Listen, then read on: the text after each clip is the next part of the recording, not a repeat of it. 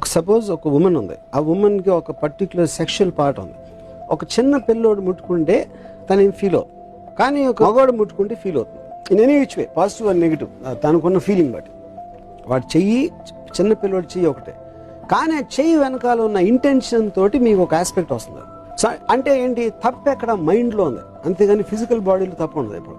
అదంటే కేవలం అందరికీ ఒకటే ఉంటుంది. నువ్వు ఇచ్చిన కమిట్మెంట్ ఇచ్చింది నీ మైండ్, ఆలోచిస్తుంది నీ మైండ్, కోరిక వచ్చేది నీ మైండ్ లోంచి. నీ బాడీ అనేది ఒక మీడియం మాత్రమే దాంట్లో.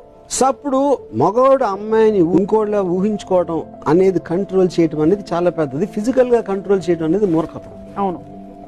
సో అప్పుడు మైండ్ ని, ఎమోషన్స్ ని కంట్రోల్ చేయలేనప్పుడు వాటి నుంచి నువ్వు చెయ్యాలి, చేయొచ్చు, చేయకపోతే కోపం వచ్చి ఫ్రస్ట్రేషన్ వచ్చేసి దాని మూలాన పొద్దు నుంచి రాత్రి వరకు ఏడ్చో, లేకపోతే ఇంత ద్రోహం చేశాడు, అప్పుడేం చెప్పాడు, ఇప్పుడేం చెప్పాడు అనుకుంటాం. అన్ని ప్రాబ్లమ్స్ అనేది ఈ పెళ్లి వ్యవస్థ నుంచి వస్తాయి.